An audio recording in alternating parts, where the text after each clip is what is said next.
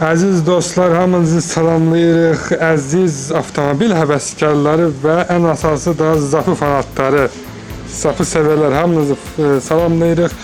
Deməli, bu günlərin biz gördüyünüz kimi Zaporojets markalı avtomobilimizə üzərində Jiguli diskləri var və yeni disklərdir.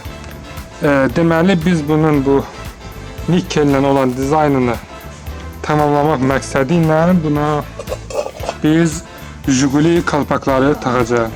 Amma bir məsələ var.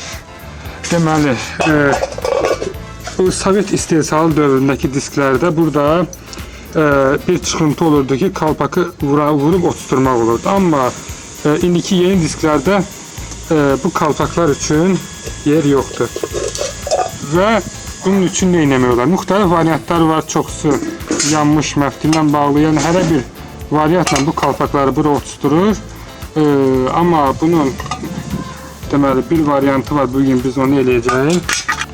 İlk başda onu deyim ki, maşın ağ rəngdə olduğu üçün yaxşı olardı ki, diski ağ rəngdə eləyib biz onu daha sonra kalpaka oturturaq ki, dizaynı tam tamamlasın və qəşəng görsənsin və deməli biz kalpaka oturtturmaq üçün ilk növbədə baxın, burada gördüyünüz bu plasmas var, başlığı var. Bunu biz qırırıq və daha sonra samuray şurup vasitəsilə biz deməli bu həmin açdığımız bir deşiyə bu samuray şurubu salırıq ortadan və sıxa-sıxa və atyorka ilə bağlayırıq.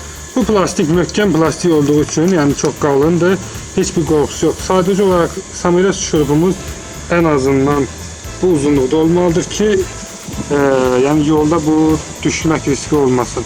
Və alanda fikir verin ki, şurubumuzun başlığı da yekə olsun. Gördüyünüz kimi artıq biz kalpakımızı bağlamışıq diskin üzərinə. Samuray şurub vasitəsilə bura balaca bir şayba qoyub bağlasa əlbəttə ki, daha yaxşı olar, daha möhkəm olar. Biz bunu sadəcə olaraq yəni sınaq məqsədi ilə bağlamışıq sizlərə göstərmək üçün. Bunun diskin rəngini dəyişmək lazımdır ki, maşının dizaynını tam tutsun.